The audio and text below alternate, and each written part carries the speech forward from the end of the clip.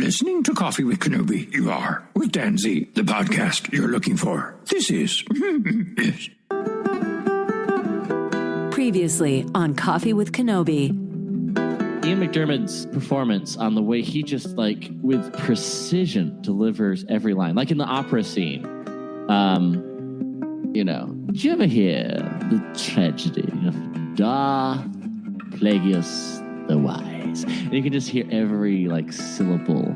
You choose on it. It's just one of those. It's Shakespearean, and the drama is made so much better by Ian McDiarmid's performance. And this is Vanessa Marshall, Harrison Dula from Star Wars Rebels, and you're listening to Coffee with Kenobi.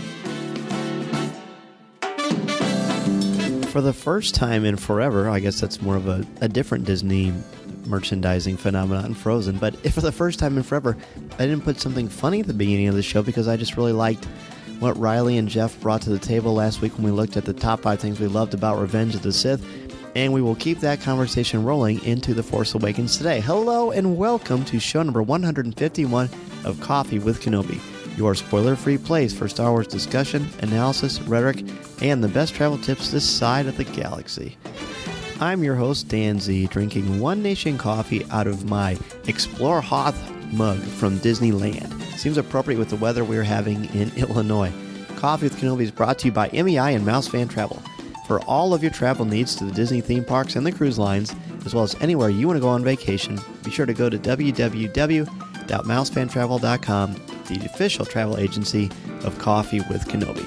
On CWK, I invite you to join me as we think about the mythology of Star Wars in a whole new way and maybe laugh a little bit in the process. You are here with your Star Wars family as we go to our favorite coffee shop and talk some Star Wars.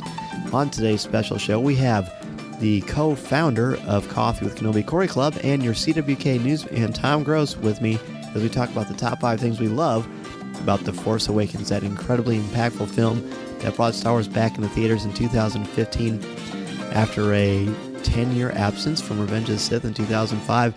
And what an explosion of excitement and jubilation that was for fandom, for box offices, for critics everywhere. A fantastic film that we're really going to explore here on today's show. So pull up a chair, grab your favorite coffee mug, and let's have some coffee with Kenobi. So who talks first? You talk first? I talk first. Joining us today for a cup of coffee is the co-creator and the original co-host for our little program for 4 years, by the way, Cory Clubb. Hey, how's it going? Thanks for having me on. You are welcome. You have a lifetime pass. Remember, you had that gold membership when you turned in your key. Is that what it is? I thought that was a man card. That was the wrong card. Oh, I got to find that then. Yeah, that comes with age. It's hard to remember everything. It is. There's so many cards. My gym membership, my man card, my driver's license. There's so many things. All right. Look at that. See, look at, we haven't missed a beat, everybody. just like the first show. And also joining us is your CWK newsman, Tom Gross. Hello, it's good to be here. Great to be here with both Dan and Cory. Wow. What about that? How about that? I'm glad I dressed up for the occasion. I am too. Yeah. We'll have to get to that. We'll have to figure out a way. Yeah, it could be. This is usually what our Patreon shows are like, by the way. Everyone's talking. Yeah, I was going to say, it seems like we're doing Patreon right now. If folks are listening right now, go contribute $1 and you will get the fine time of your life, the Patreon show of us waxing poetically about nonsense that might be Star Wars related, but who knows? Anything's possible there. Anything's possible. Everything you said, every word of that was true, except for the dollar. It's actually $5. $5, my bad. Yeah, $5. Yeah, that's okay. It's well worth that extra $4, I got to tell you. There you go. And I wax and you guys poetic. Wait. Is it like a wax on, wax off? Kind of, yeah. Not the same thing? Okay. Yeah. No. Is it? Wow, did you hear that noise? We just lost 1,000 subscribers. That was amazing. Is that what it was? Oh. Yeah. All right, so now that you're all back, we are at a very special segment in the program. We've been doing our top 5 things we love about these different films in chronological order, and now we are at The Force Awakens. Now, at the beginning of the show, I talked about what this film means to me and how special it is to Star Wars fans, and it's going to be fun. So I had to bring in the A-team for this because I know for a fact that both of these guys absolutely love The Force Awakens. So, Cory, we will throw the baton to you again in no particular order, 1 through 5, doesn't really matter. What's the first one you have for your top 5 things you love about The Force Awakens? There's so many things about this film I love, and it just harkens back to meeting these characters again in this new film, and it really just deeply resonates with me as a fan and as a podcaster. Really, this film, and I guess I have no order here, right? So this film to me was the first Coffee with Kenobi film that was released, and that's kind of an odd memory, I guess. But that experience for me was so incredibly fun that we were able to kind of hype everything up on the show. We got like a little small booth in the movie theater the night of, early tickets, the whole thing. We had the Force Friday thing go on. Like the whole thing leading up to the film itself was incredible. And then of course, just getting to experience it in the theater next to Dan, it was just one of those things that this is the type of experience that I'm never going to have again. Yes, there'll be more films and whatnot, but this is the first that we have as the team, the Coffee with Kenobi team, and kind of coming into that. That's a memory for me, I think, is so huge for this film, and that's how I'm going to kick it off, I guess, for my first thing. I love that, and you will see why very soon. Tom, what is your first one? I you know what? I'm going to build right off of that, because I was going to start this all off on my side with the experience of The Force Awakens, the build up, new characters, all of that. But to me, the biggest, and with Coffee with Kenobi, remember I missed that night because my children had a Christmas program. Do you remember that? And so I could not join you guys for opening night for The Force Awakens. So that actually built up the experience even more for me, because this was the first Star Wars movie that I got to experience right there for both of us the first time with my oldest daughter. And I'll never forget, we went on a Sunday morning. It was the first show of that weekend on Sunday morning, and we went together, and I could not believe the theater was jam-packed. We sat all the way up against the back row, and it filled in, and it was so much fun to sit there with my own child and experience the excitement of Star Wars with her as if it were my own first experience with Star Wars. And that that memory will never escape my mind to the day I die, of how exciting that whole thing was, and getting to experience action figures with her for the first time, and the build up and the ads and the trailers and just everything clear up to that first experience. And just, I would never admit this to anybody else than the Coffee with Kenobi family, but when a long time ago in a galaxy far, far away came up on the screen, I just tears. I just had tears in my eyes. Oh, yeah, be over right there. Holding my daughter's hands, and then when that blast of the fanfare came on before the scrolling, oh man, it was great. So, Cory, I'm with you. The experience to me is tops when it comes to 5 memorable moments of this film. It's almost like we compiled our list in the same room, because my first one is the nostalgia factor, the build up to the film, and then the experience of the first showing. This was such a big deal because, even though we had the prequels, 99, 2002, and 2005, which I loved, which were great, I still didn't have my Luke Skywalker closure. I didn't get to see more of Han Solo, didn't get to see more of Princess Leia. I had to wait since 1983. From 1983 to 2015 is a long time to wait. So driving to that theater, well, first of all, like you said, Cory, starting the show and building up to the hype of The Force Awakens was magical. And I'm pretty sure that added so much to our experience of getting ready for that movie and just experiencing that movie, because we started the show and we wanted to give people a voice. We wanted to have a voice in the community. And The Force Awakens kind of helped bring that out. You mentioned having that little table at the movie theater was the first of many. And getting excited, interviewing people. The 501st was there. I believe I did a little clip for the news.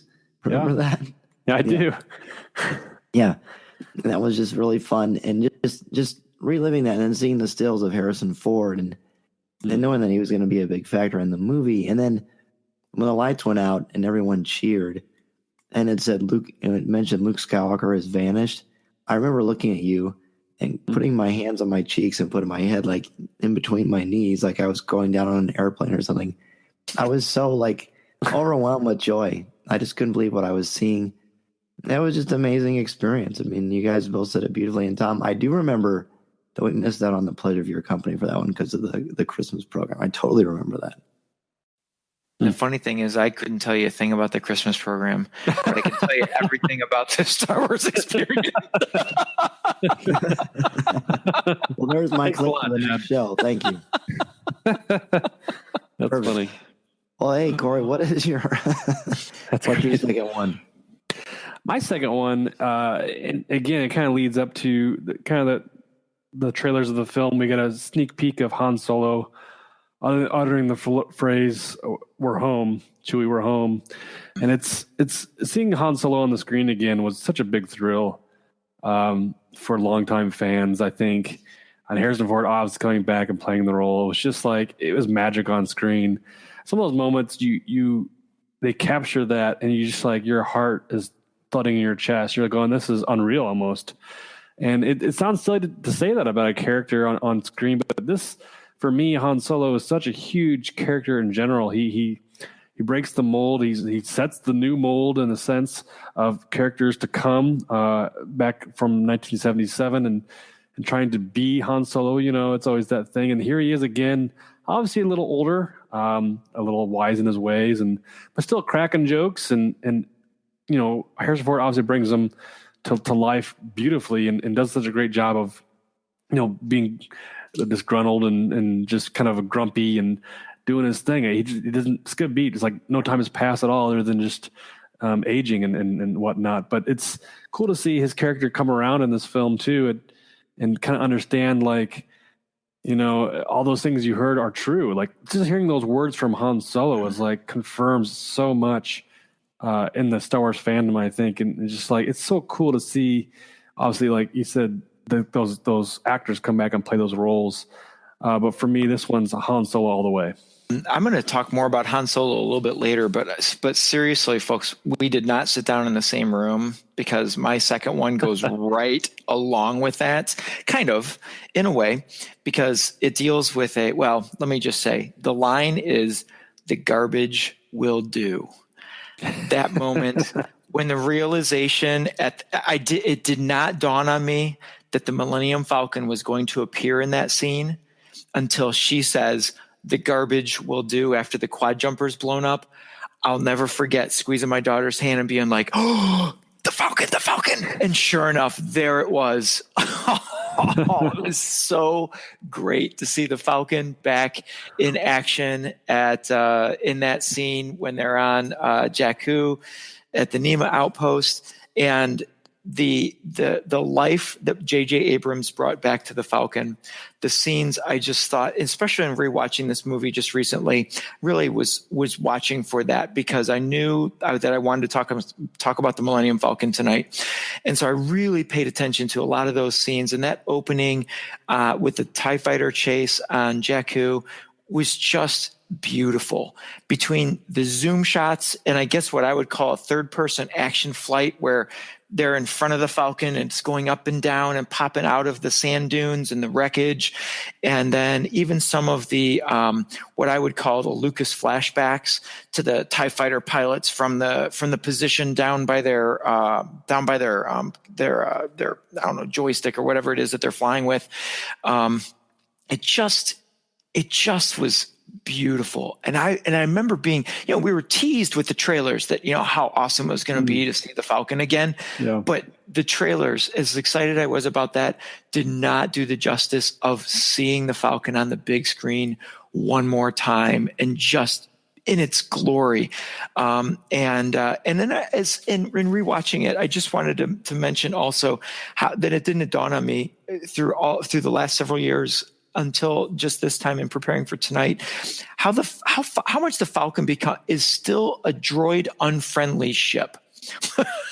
BB-8 has problems navigating the floors of the Falcon, just like R2 and 3PO did. But BB-8 does. Say again? I said, don't do it, Cory. I'm going to do it. Don't do it. Well, but BB-8 shoots those cords out and manages the hallway in his own way. But just so much fun. And it was just, my second moment is just that the garbage will do. And it does. It does do it. I can already tell. And everybody's gone through two. I'm about to give my second one. We already have more in common than I think we've had as a trio in any of the shows we've gone over for these movies, because there's certain things that really resonate. My second one is Harrison Ford. It's the quips, it's the timing, it's his acting, it's the pathos that he exhibits. It's like that man did not miss a beat.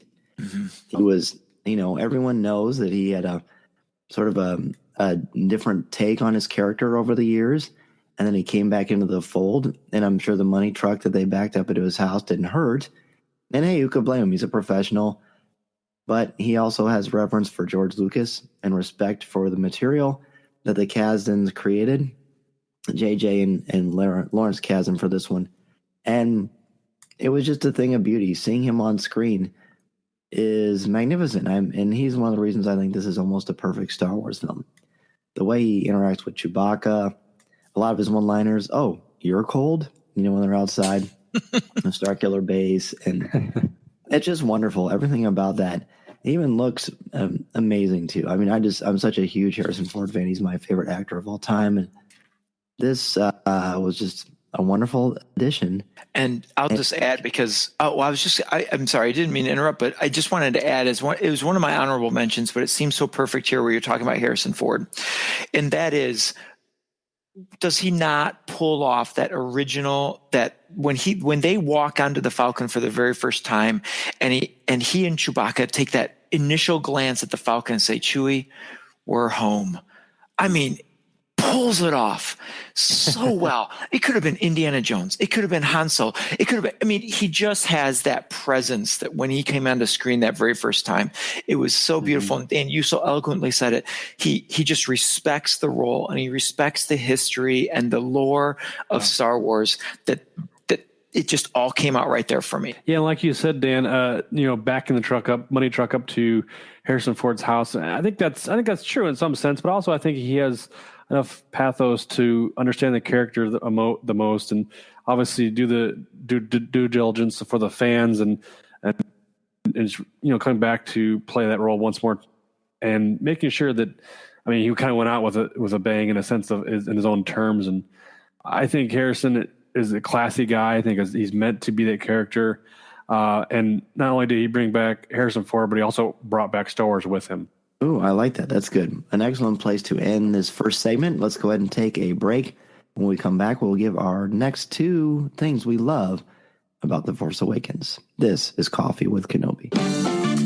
This is Coffee with Kenobi.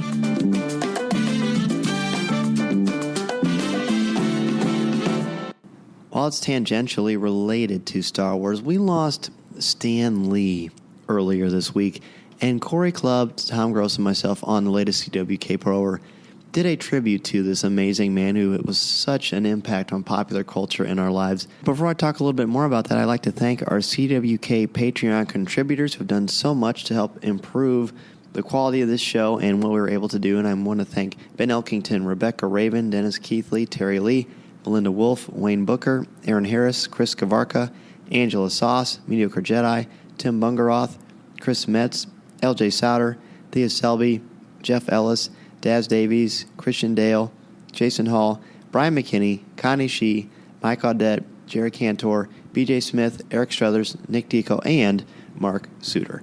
Our CWK Patreon contributors do so much for our show with their wonderful, generous donations, and we try to give back and make it as worthwhile as possible because you help us, we want to help you. And one way that we do that through CWK is you have access to CWK Pour Over for $5 or more a month.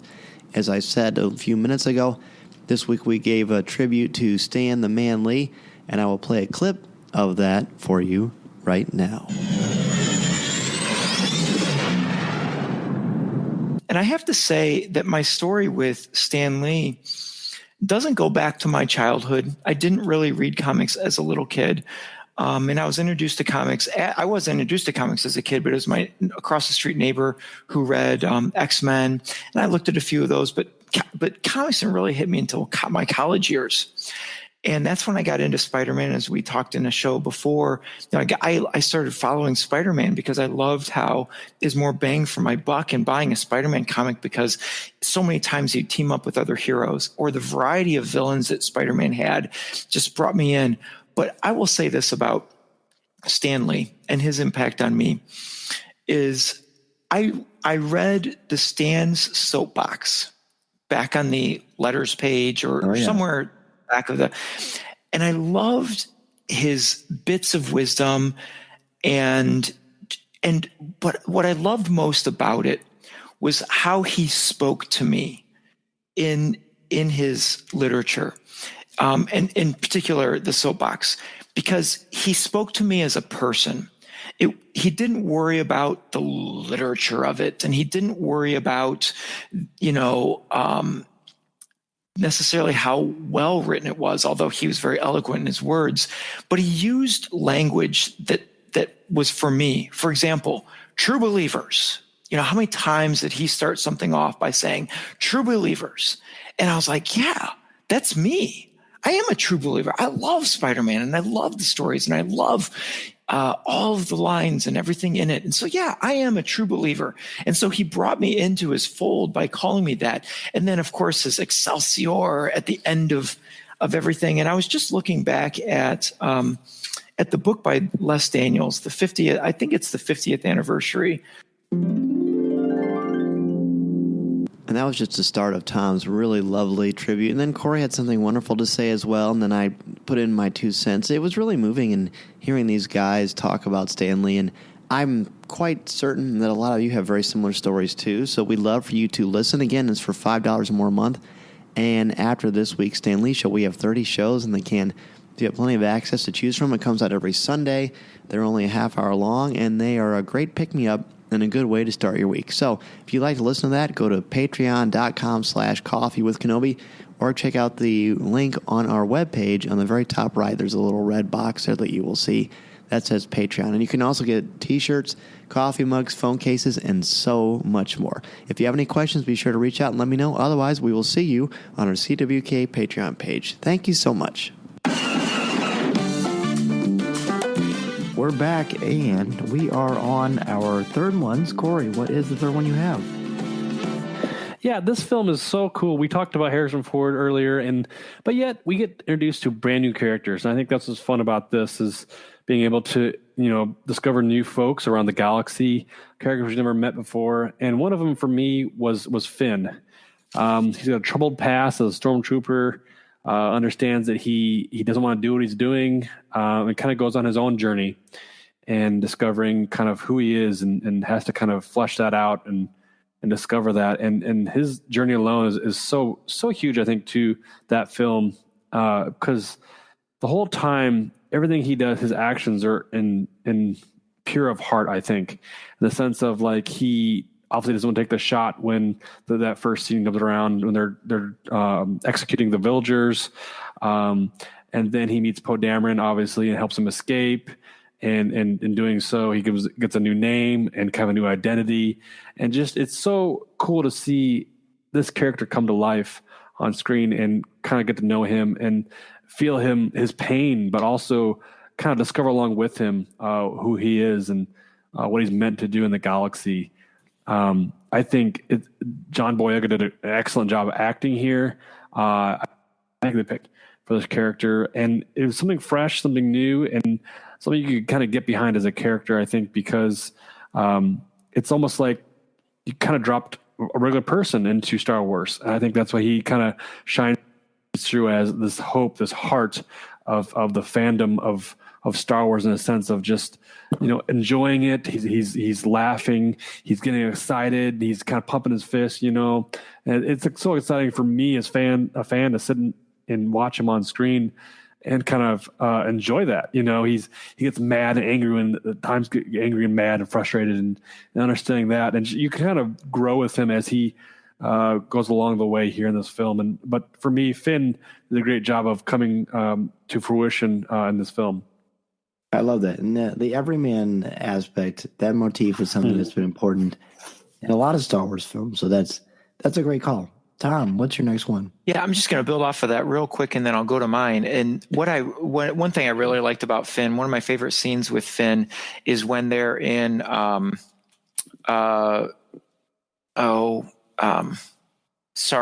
where Han takes them, the gal with the goggles. Maz Kanata's that castle? scene with Maz Kanata, and she's talking, she crawls across the table and looks into his eyes, and he's like, you don't know what I've been, because he holds the secret of being a stormtrooper and having this identityless upbringing. And I feel like he really put her in her place. And that's such a powerful scene for me. And I felt so uncomfortable when that whole thing happened. So I thought that, when I think about Finn's character, that just brings the reality of his character to light for me. My second, or I guess third item is going along the same theme as Cory, is new characters, was the introduction of Kylo Ren in the opening when his ship, first of all, that menacing ship with the growling motor or engine when it lands after they're invading that town that Lorsan Tech is in, and he walks down that ramp in such a different way than what we're used to with Vader. He's younger, he's more, he has a different gait to him, but it's aggressive and it's menacing. And then Lorsan Tekka gives us this little hint of his background, that we know he's not from the dark side and that he has a notable family, and so we're like, well, who is this guy? And then his brutality and the brutality of the First Order in that opening scene just really sets this menacing sense and just makes Kylo Ren seem so dangerous. I mean, especially when he takes his lightsaber and strikes down Lorsan Tekka. Like, I was not expecting that whatsoever in that opening scene. And I just thought that they brought that, they make him seem so scary in that opening scene. And I just loved that introduction. And it becomes my third favorite moment of The Force Awakens. That's a cool one. Yeah, very well said. It's like you've done podcasts before. A few times. My third one is one that may sound familiar to the both of you. It's the scene where the Falcon is revealed for the first time. Yeah. As you mentioned that before. In fact, that might be my favorite scene in the entire movie. And it's just quick. It's the hero's theme returns, the camera pans back and shifts over, and they're running towards it, and the Falcon's back in the thick of it again. Like Maz says later to Han Solo, which is kind of ironic. And you just know you're home. You're really home when you see this thing, because you know that Han Solo is going to show up at some point, and just gets more real. This is sort of like a reverse passing of the torch, but they're running to the torch. And I just think it's a beautiful, exciting scene. Cool. And we know we're brought back into it, and it's great. It's like the Millennium Falcon's a character or something. Yeah, I know, right? Isn't that funny? It is funny. Hey, did your audience cheer when the Falcon was first shown? Oh, hardcore. Yeah, it was definite. I couldn't believe on a Sunday morning, everybody cheered when the Falcon showed up. Like a character showing up from a long lost past. It was just amazing. Or like when you see the Batmobile or a new toaster. Yeah, definitely. Yeah. Exactly. Yeah. No, or, Knight Rider. Or, which is not, that's more of a because of talking. Yeah. Let's not do it. Yeah. All right, move on. I love it. Right. I love it. All right, let's get to our fourth ones then. Cory, you're up.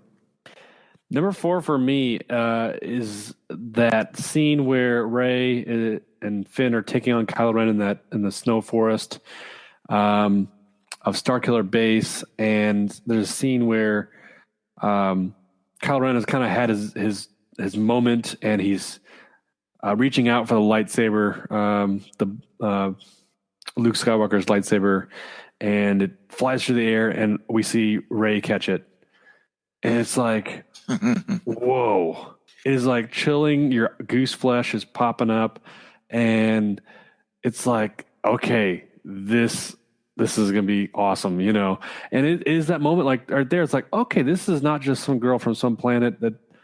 She means more to this legacy than we kind of are led on to believe, and it might have more of an impact, I think, for a long time coming. And it's right there that I was like, this is really cool. It's really stamp of approval, these characters on this franchise, really. I mean, like, it's a moment that really cements it for her character, for her strength, and just seeing her growth up to this point, kind of having nowhere to go but here, and kind of ends up in this situation and kind of realizes some things, that she's got this power, and there's so much going on, and it kind of all comes to this moment for her.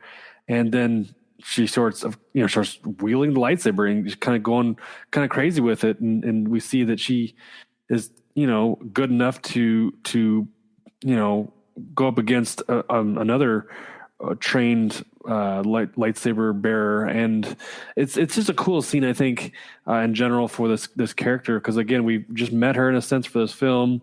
And in the film itself, it's just like, Star Wars is all about lightsaber battles, and I think at some point there's always one in each film that has a moment, and this is it for this one, when Rey is able to do this awesome feat. And it's kind of a trick of the camera too, right? You're expecting Kylo Ren kind of just to grab it and use his power and just walk away like no big deal, but no, it's like a trick of like we talked about the Millennium Falcon, hunk of garbage or whatever, and it's panned over for something kind of a twist, and it's like, whoa, that's awesome. So very cool scene, one of my favorites. I like that one too, and it raises a question to me, and I've been hesitant to even bring anything up about it, but I'll wait. It comes up in one of my other conversations, so I'll bring it up then. Cool. And I had a student who compared that to King Arthur taking Excalibur out of the stone. Ooh, yeah, I hadn't thought about that. Yeah, that was beautiful. Very good. Tom, what's your next one? I guess it's my turn. So I'll bring that up now, because my next moment is the chest.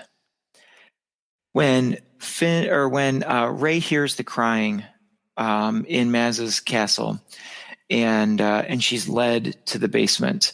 I also I thought it was interesting, and maybe there's nothing to this, but I think it's interesting that, this friendship that she's created with Finn and this connection she's created with him.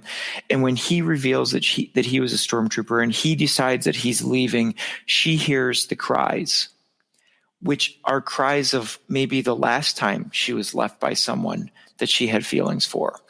I don't know. I don't know if there's a connection there or not, but that's not what I want to talk about regarding the chest, but just tossing that out there in case anyone wants to jump on that boat. I felt like when she went down to the basement of the castle with BB-8 behind her, kind of comically bumping his way down the steps, I felt like it was a cave journey. I know it wasn't, but I had that feeling that this was a cave journey. And then when she opens up the chest and all of us just had that moment when there's Luke's lightsaber. And I don't know, I had the rush of, when's the last time I saw this? What's the significance of it being here? All those things rushing through my mind. Then she touches it, and she's blown back through all of those flashbacks with an unclear future. Yoda's voice in the background, Ren and the knights and the future of this snowy battle. All of that stuff it was so overwhelming for me sitting there in the theater that I had no idea what this all meant. And again, takes me back to all of those cave experiences that we've had through the films and through the shows. And so the question that comes to mind, and this is what I was going to ask when you were talking about the lightsaber flying by Kylo Ren's hand right into Rey's hand. Maz says to her, "The lightsaber called to you." And it just brings out this idea of, do these kyber crystals, we know that they have a connection to the Jedi, but do they have a connection to certain Jedi? And so does this kyber crystal and this lightsaber have a connection to Rey in some fashion beyond just, she hears this, she hears this, it's drawn down there, but then later in the film, does it choose her, or did she call it to her in the forest when Kylo Ren is pressing for it?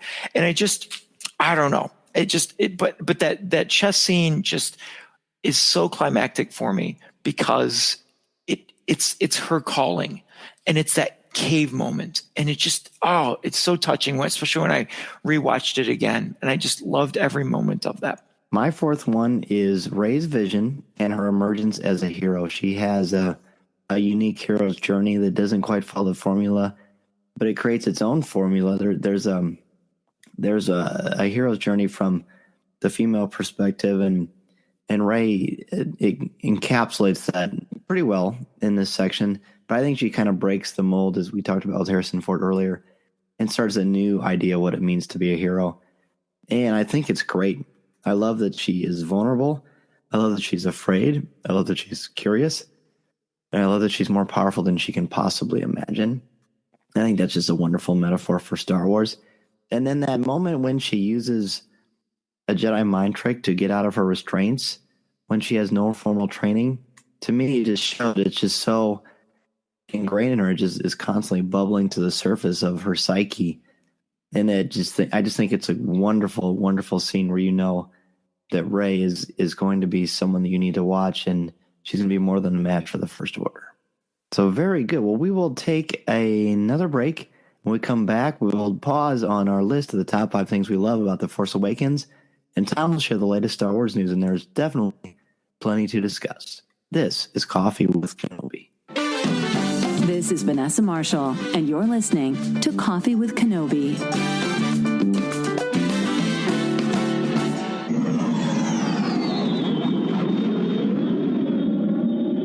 Okay, I am extra excited today for the Harry's read because we've got a holiday read, and that's great because this is a holiday thought starter for you.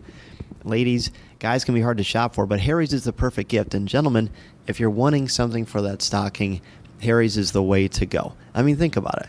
Finding the right holiday gift can be almost impossible.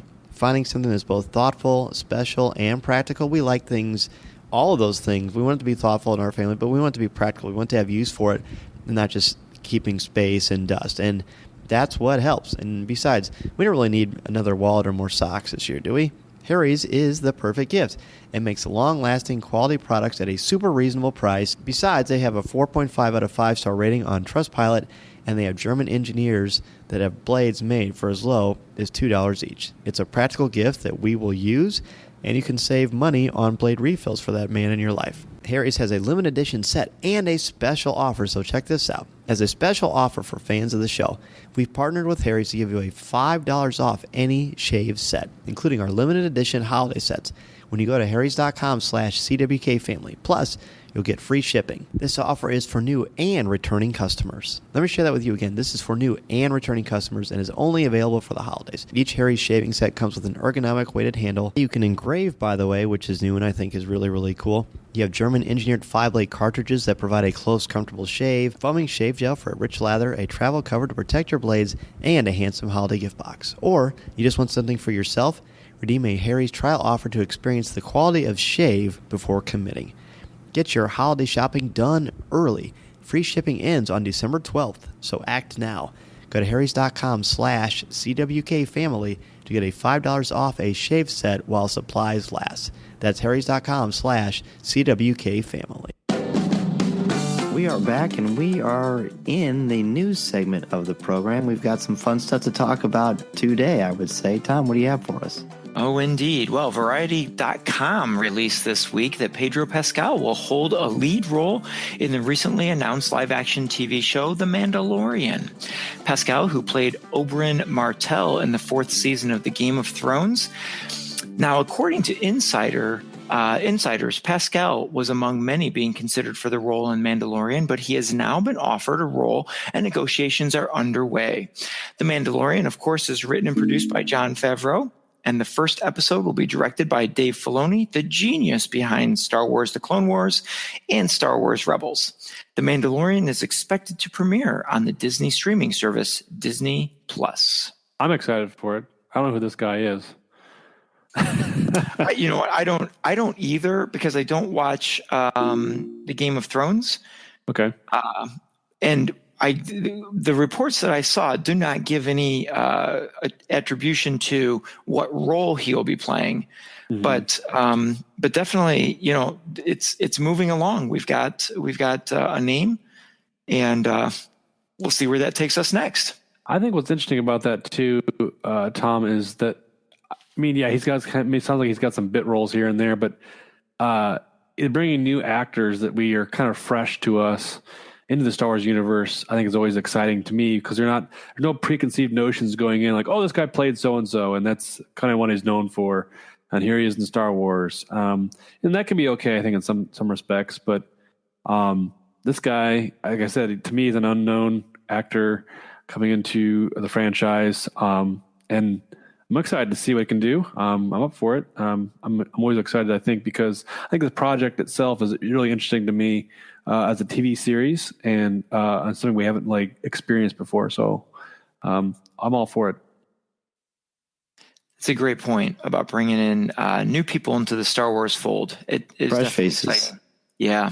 Yeah, and I think it's fair to say, based on the Variety report, that he is the lead. I think that's what they. Oh, really? Okay. Yeah, I'm pretty sure. That's pretty cool. Yeah, and I'm also pretty sure that this broke a little earlier than people wanted it to. Ooh, okay.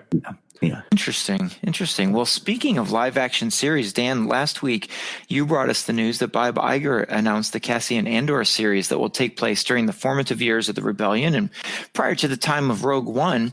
Now, Diego Luna will reprise the role of Cassian. How about that news? I think this news is awesome. I gushed about it at the beginning of the last show. It was one of those things, well, Cory, you remember this, where you have to suddenly put something at the beginning of the show because it breaks and you can't not have it in the weekly show. And I think it's tremendous. I mean, we knew there was going to be multiple live action stuff. So this is great. I love that character. I love the actor, and I love that world, because it means we're going to get to see some stormtroopers, and there's always the possibility of a Darth Vader or a Han Solo or who knows what. And this is just me getting excited and spitballing, but I think this is tremendous. I will say I'm a little disappointed. Not that I don't love the Cassian Andor and his character in Rogue. I mean, I absolutely love his character in Rogue One, but I feel like it was such a great bookends for him. Kind of going in reverse and seeing how kind of he led up to that time, I guess. Assuming that's what we'll explore here. It's interesting, but to me, it's like, I guess I could go for something else. I feel like we know the ending. We're just getting to see the middle, and it doesn't seem as exciting to me. But isn't that just like the prequels? That's why the prequels aren't that exciting to me. I mean, I don't know. It's a little odd to go tell one story, then back up and go tell another story. That's what Star Wars has always done. Yes, but I think it's not that good of an idea. I mean, now I'm not saying they can't pull it off. I'm not saying they can't make it happen and make it good. I have faith that they can do that. I just think that I would have gone a different direction or picked a different character to focus on in the series or the franchise and gone a different route. But I mean, I'm not in charge. I have all my faith in Disney and Lucasfilm obviously do a good job, and Diego Luna to do a fantastic job of acting. The one glimmer of hope for me, and like I said, this is just hope beyond hope for me, that it would connect to the Solo film in some respects of kind of the underlings of what character we've kind of come to know of Cassian Andor and his kind of spy mentality. This is like the James Bond of Star Wars, if you will. So I think that's kind of interesting aspect, but that's just me open for the stars. I'm looking forward to seeing what the tone will be like, both of this one and for the Mandalorian, because I feel like it's going to have a bit harder of an edge, but I hope it keeps sort of a family-friendly vibe. Well, I'm Cory, I'm going to disagree with you on this one, or just not go with your side, because I am really excited about this one. I loved Cassian Andor. I thought Diego Luna did a great job of portraying the character in this time frame. And the thing I'm looking forward to most about this is the time frame, the timing of this. Birth of the Rebellion. And, I loved every bit of the Rebels. I loved every bit of Rogue One and the build up to A New Hope. So I've no doubt that this is just going to continue to fill that cup of connecting the prequels to the main trilogy, and it's going to be hard to disappoint. I guess for me in this case. I agree, and I think I know people would love to see this, but I think story wise, we can't see anybody from Rogue One except for maybe K2, because otherwise, it takes away from their first meeting and those powerful encounters, right? And the meaning encounters of the pair of them, or not the pair, but all of them together in Rogue One. So I'm excited. Cory, I had a feeling you might be a little skeptical because sometimes you are when you first hear big Star Wars news, but then it comes around, and who knows how you'll feel when you actually see these things. Very true. I mean, that's the other thing too. You mentioned K2SO. I mean, I loved his character. My hope would be that Alan Tudyk would come back and play him as well. Be really cool. I think be kind of like their first meeting of sorts, maybe, or just them kind of chopping it up and having scenes together. But yeah, I mean, I think if it's going to be, it's going to be. It's not going to be up to me, but I guess I Will you watch it? Yeah, I'll definitely watch it. I'm a little disappointed in the fact that they're kind of reusing a character in a sense, and I have other thoughts on other franchises who go back and kind of reuse a character just to, I don't want to call it fluff up the franchise, if you will.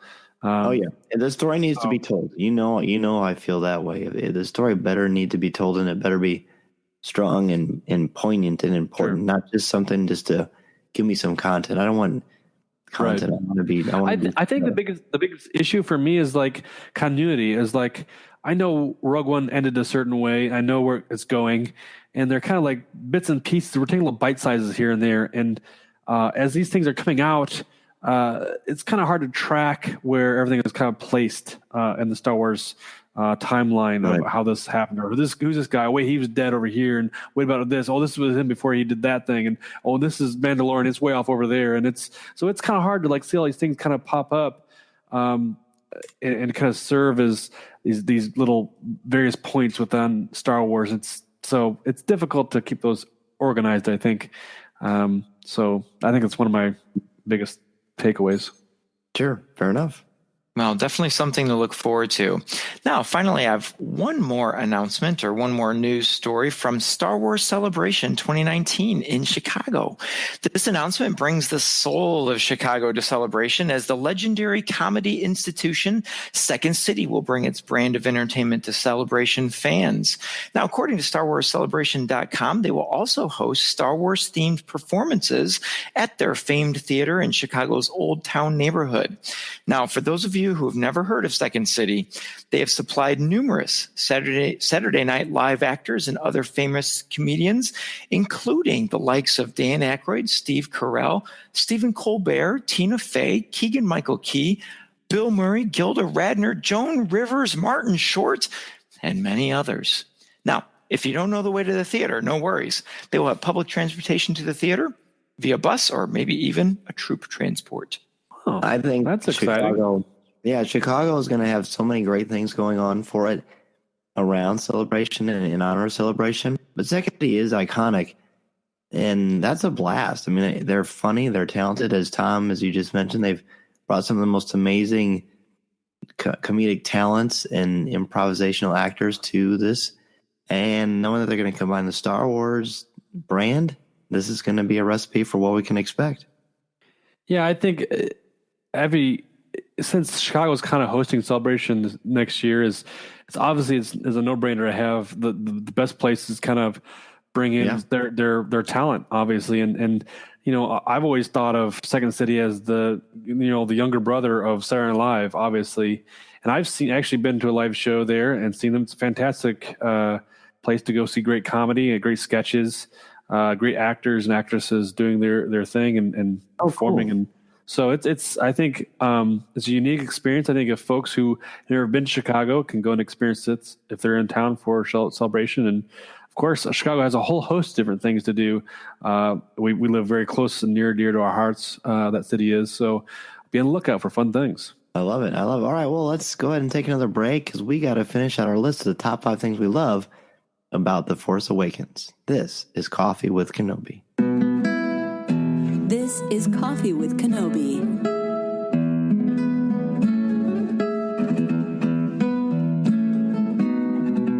MEI and Mouse Fan Travel is absolutely the way to go. This is the holiday season. It's also a travel time of year, a very hectic travel time of year. So you want to work with a company that can help you make life a lot easier. And MEI is the best because they have signature service and expert advice to help clients maximize their vacation time and dollar. And of course, they can get you anywhere, but their specialty is Walt Disney World, Disneyland, and the Disney Cruise Lines. They can help you plan every detail, and they share invaluable tips to make your family's trip so much more memorable. Check out www.milesfantravel.com today and let them know Coffee with Kenobi sent you. One Nation Coffee is the official brew of Coffee with Kenobi. I start my morning every day with One Nation because it is the absolute best. You can start your coffee subscription so you never miss out on the best coffee in the galaxy by going to www.onenationcoffee.com today. Plus, enter the code Kenobi10 to set up a coffee subscription and save 10% off your first order.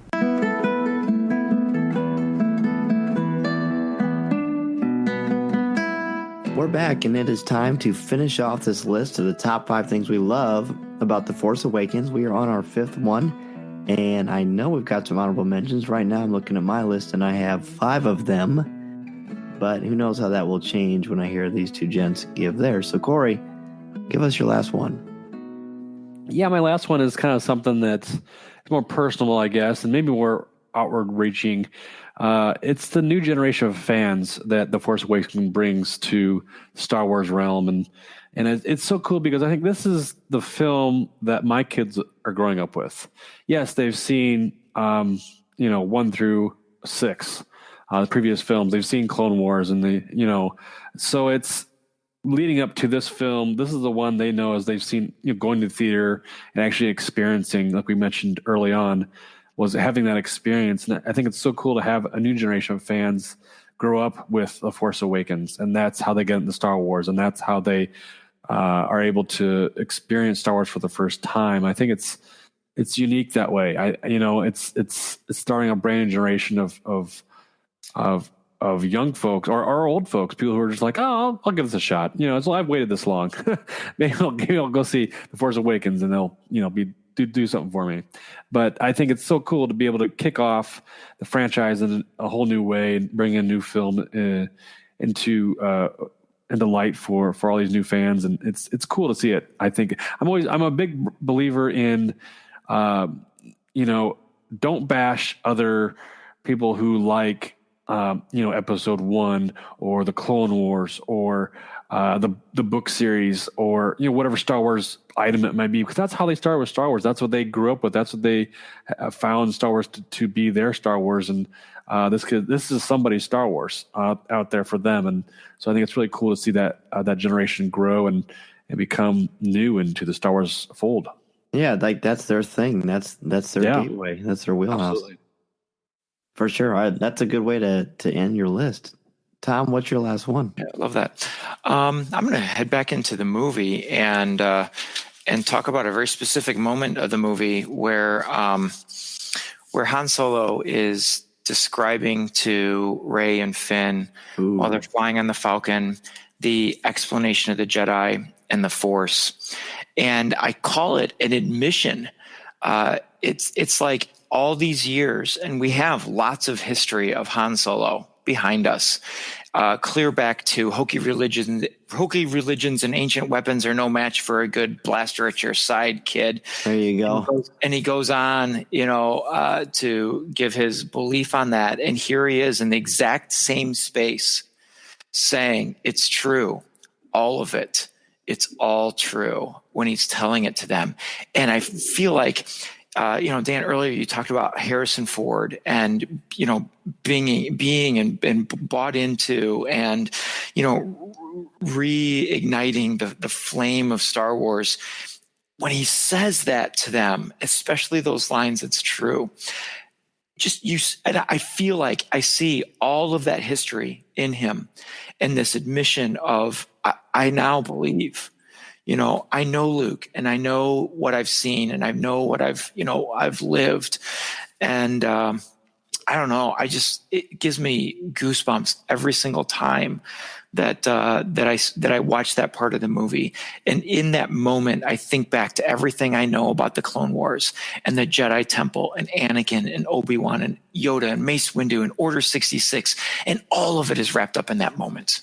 So that's one of my favorite moments of the entire movie. That is the best moment I didn't think to put on there. Well, that would have been like in my top 3. No, that's so cool. Love it. That is really cool. My last one is the ending. It could have ended very beautifully the way that it did. And none of us have brought up the death of Han Solo, by the way, which is interesting. Yeah, sure. Go ahead. Yeah, sure. That must have been something that happened off camera, off the air.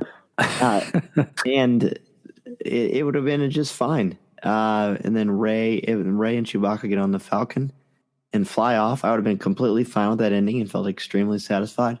But then we get sort of an epilogue, and of course we get the famous walk up the steps and that gorgeous John Williams score. And she hands the lightsaber to Luke, the symbolic passing of the baton, and he pulls off the hood and reveals his cybernetic hand, and boom, we cut the credits, and you realize I'm not going to find out what happens for at least 2 years. And I realize for modern audiences that's very tricky to have to wait that long. But, us old school guys had to wait 3 years to see Han Solo get released from the carbonite. And I was so delighted with this because while I wanted to see what would happen and it killed me, I also loved it because that is a classic Star Wars. There's a lot of threads that are left untied or tied up, I guess, and you don't know what's going to happen for a while and you have to wait. And to me, that is storytelling gold. I've always admired JJ's bravery for ending that film in that way in this modern era where we get stuff at the push of a button. That's well said. I like that.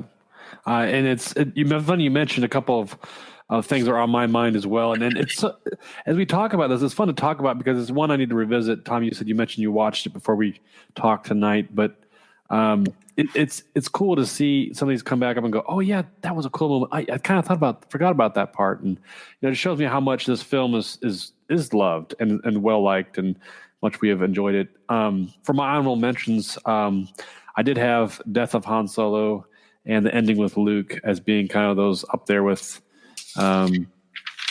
cool to see or just like, a cool moment. But there's two more that we haven't mentioned yet for all mentions for me. One of them is the comedy. There's a lot of comedy in this. And yes, Star Wars has comedy. And I think this does a great job of some of these new actors bringing into the fold, like playing off each other. Obviously, Han Solo has some great lines. Poe Dameron has some great lines.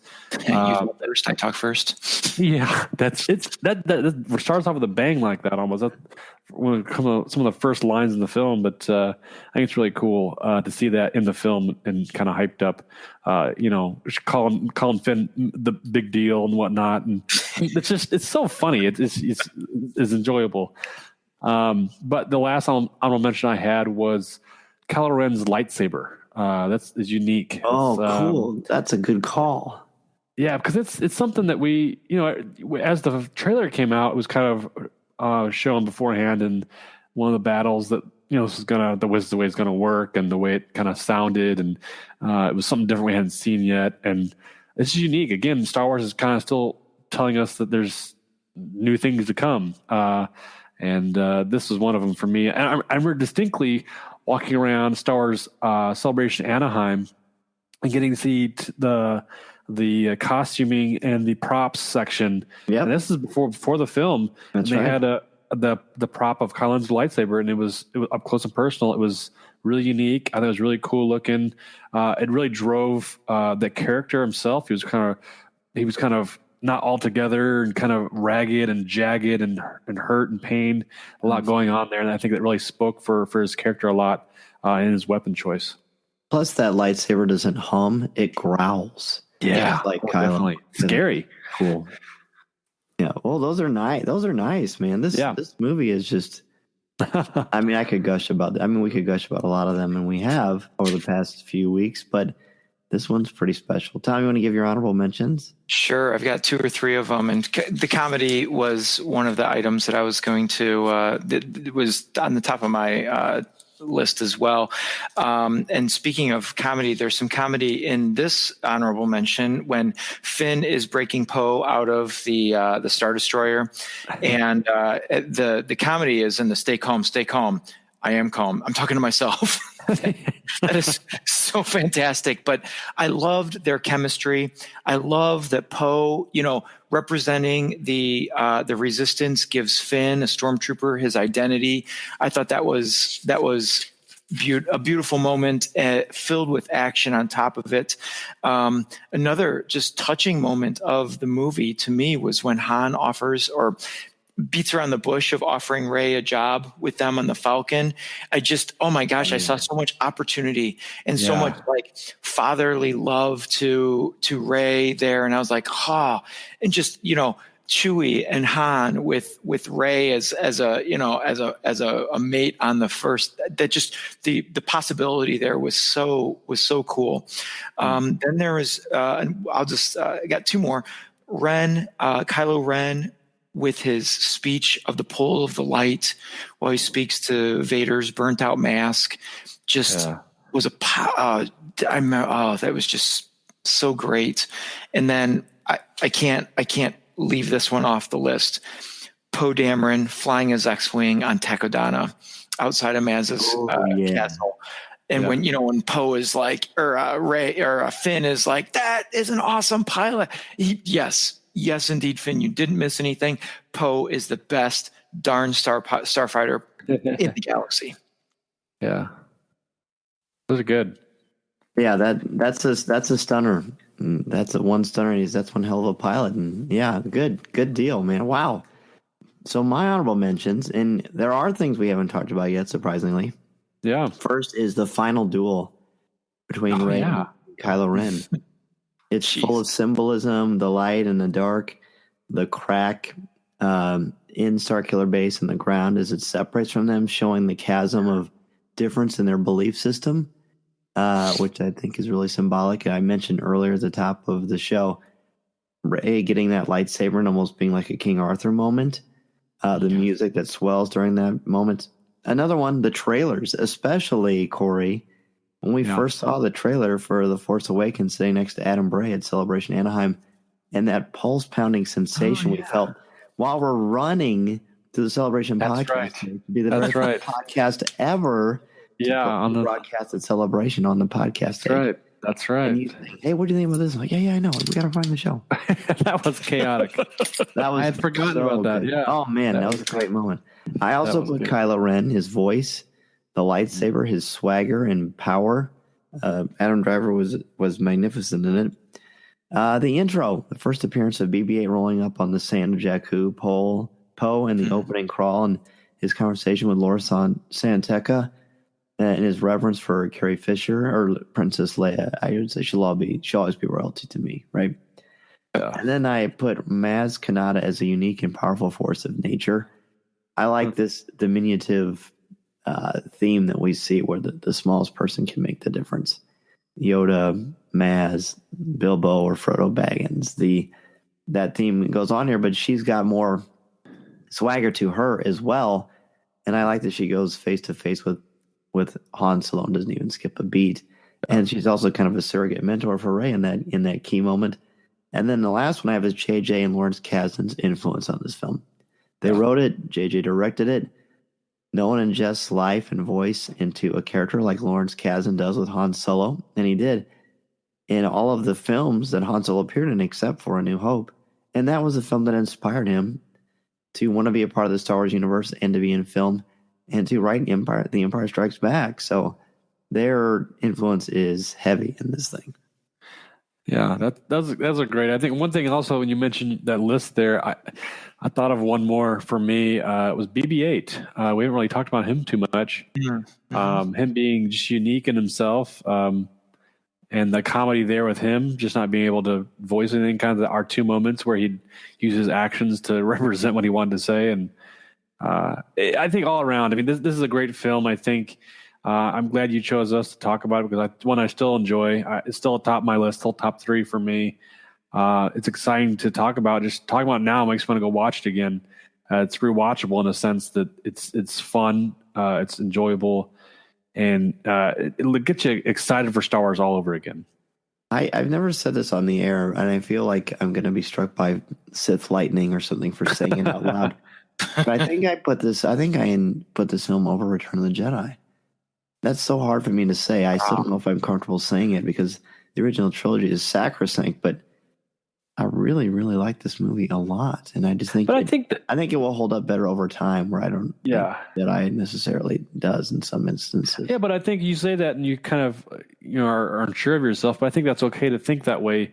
In this moment, you're like going, "Yeah, this is a great film. I do like these moments. I do like this film. I do like these characters and such, and I do like it more than this other film." But if you were to go back and watch Return of the Jedi, would you be like, "Oh, hey, this is a really great film"? Oh, I love it. Yeah. So I think it's hard to grasp the idea of like putting your Star Wars films in your favorite order, because to me it's always changing. It's ever whatever the time of day is. That's depending on what what's going on in your life. What moments are you feeling the most, and that can be ever shifting. So I think it's something that's we can struggle with, or we can kind of embrace. Well, one thing we won't struggle with, but we will embrace, is the chemistry that the three of us have when we are on a microphone together. It's always a joy to share a cup of coffee. Well, I guess we're not sharing a cup of coffee. One coffee, 3 straws, please. But to have a cup of coffee with the two of you. And, gentlemen, this is a great time to tell everybody where they can find you if they don't already know. And I think we also need to do a little bit of a plug for our CWK pour-overs, too. So, Cory, tell everybody why they need to listen to CWK Pour Over for $5 or more a month. Yeah, I mean, I mentioned this earlier at the top of the show, in the sense of this, like you said, we could continue talking. I think Dan's trying to wrap it up because he's being generous of our listeners' time, but we could talk for hours almost on anything. If you're always interested and curious, you're like, hey, these guys like Star Wars, but I wonder what they think about, peanut butter jelly sandwiches. Who knows? That could be a topic on our pour over.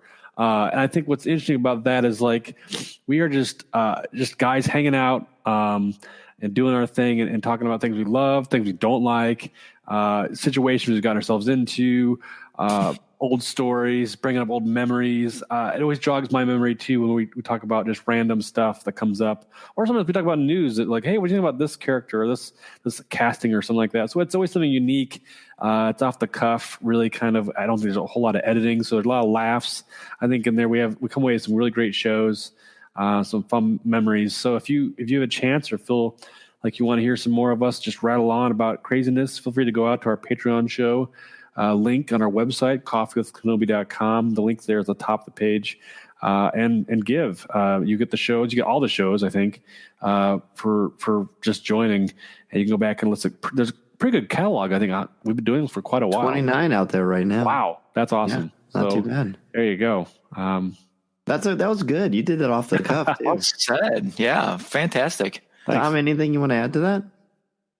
Well, I mean, Cory really covered it, but I just to have some good laughs, because that's what I feel like, that's what I look forward to every time when we put together those shows. Is I look forward to the laughs. I look forward to learning more about the two of you, and not just the two of you, but learning more about the things that we talk about, because the two of you know so much and you have such depth of knowledge on the topics that we talk about. And just like you said, it's getting to share our stories. And I always think that's such a great time. So that, right there to me is why I would listen. Well, that's very, very gracious of you, man. I think, and my wife, she's not necessarily a huge Star Wars fan, but fortunately she's a huge Dan Z fan. But I play clips from Pour Over and she says, you three together are gold. And I appreciate her saying that. And she's a little biased, I grant you. But I think people would love listening to the show. And this really isn't a sponsored segment, although I guess I'm sort of sponsoring myself at this one, aren't I? I don't know. But either way, it's a blast, and we hope you will join us. But before you do that, you probably want to follow Tom and Cory and know where to get to them online. Guys, where can people find you? Sure. Go online and check me out on Twitter at Cory Clubb. You can email me, CoryC at Coffee with Kenobi, on Facebook, Instagram, all over the place. All kinds of crazy stuff out there about me if you want to get in touch or just say hello. Yeah, and I'm on Twitter as well at Draftline, DRAFTLINE. Cycling Librarian on Instagram, Tom G at coffeewithkenobi.com, and you can catch me right here every week on Coffee with Kenobi doing the news. That's right, doing the news indeed. We will go ahead and take our last break, and when we come back, we will close out the show. This is Coffee with Kenobi. Listening to Coffee with Kenobi, you are the podcast you're looking for. This is...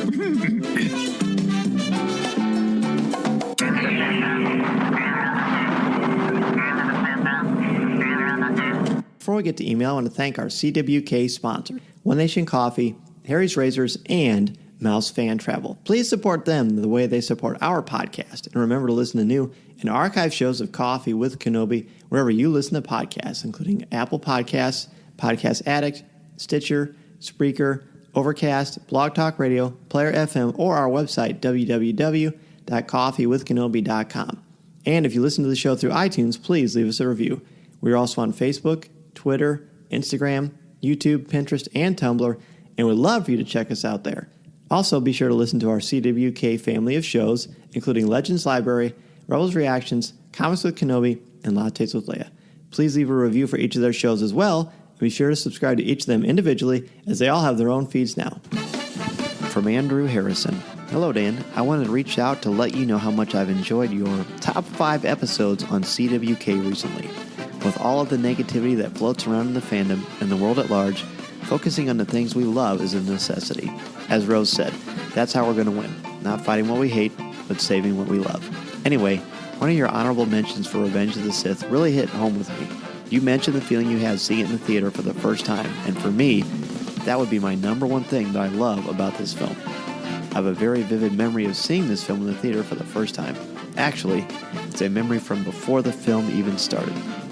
I was about 5 minutes before midnight, and I just felt this strong emotional wave rush over me. I took a moment and just looked around me. Sitting to my right was my fiancé. We just got engaged about a month earlier at Star Wars Celebration 3. Then to my left, in the rows in the front and behind us, were about 20 of my closest friends that had all coordinated to see this movie together. And I had a thought. This is it. This is the last time I will ever experience this. This is the last Star Wars movie I'll ever see in the theater, and I'm surrounded by the woman I love and our best friends. That is what life in Star Wars is all about. Little did I know that it would definitely not be the last Star Wars movie I'd ever seen in the theater. But since 2005, my friends and I all got older and started families and drifted apart a bit. And so, we haven't been able to coordinate that many of us to see the films on opening night. So for me, the thing that I love the most about Revenge of the Sith is the memory of sheer joy and love that I felt right before the lights went down and the goosebumps rose on my arms as I read a long time ago in a galaxy far, far away, for what I assume to be the last time on a giant screen. Thank you for the positive conversations you bring to fandom, and keep on keeping on. Yours in the Force, Andrew. Well, Andrew, thank you so much, and thank you for your positive comments. We are happy to do our part to make Star Wars fandom the wonderful place that it can be, and that I think that it is. And Andrew, you are obviously doing that as well, so thank you for that. And I love this memory. This is pretty magical. Very similar for me, looking around, just feeling kind of a sense of joy and completion that this was the end, and wanting it to be satisfactory. And boy, did it ever exceed all those expectations. An excellent memory, to be sure. So thank you so much for sharing that. I am glad I had that impact on you, and you're welcome to have a cup of coffee with us anytime. And CWK listeners out there, be sure to send us an email anytime you'd like your thoughts read or shared on the air. We are happy to do that for you. You are all part of the CWK family, and we really appreciate you. A big thank you to Cory Clubb and Tom Groves for joining us today, for sharing the news and their thoughts on the top 5 things we love about The Force Awakens. In addition to the places I just mentioned for Coffee with Kenobi, you can find me monthly on the podcast looking at Lucasfilm. I did it again. I even changed it in the show notes. It's like a habit. It's twice a month on the podcast looking at Lucasfilm, part of the Jim Hill Media Podcast Network, as well as on Twitter at Mr. Zer, MRZEHR. And you can find my writings on CWK's website, as well as StarWars.com and IGN. Thanks again for joining us, and don't forget to check out www.patreon.com/coffeewithkenobi to help support the show, as well as get access to podcasts not heard anywhere else. There are also t-shirts, coffee mugs, and much more. This is coming out on Friday, November 16th, so I want to be sure to wish everybody a very safe, happy, and healthy Thanksgiving. Have a great time with your friends and your family. Go to the movies, watch some TV with your family, watch some football, eat some great food, and just remember to be thankful for all these wonderful memories and things that we have in this wonderful galaxy of ours. Thank you so much again, everybody, and I will see you next time. This is the podcast you're looking for. This podcast is not endorsed by the Walt Disney Company or Lucasfilm Limited. It is intended for entertainment and informational purposes only. The official Star Wars website can be found at www.starwars.com. Star Wars, all names, sounds, and any other Star Wars-related items are registered trademarks and or copyrights of Disney and their respective trademark and copyright holders. All original content of this podcast is the intellectual property of Coffee with Kenobi unless otherwise indicated. This is the podcast you're looking for. There's no one here.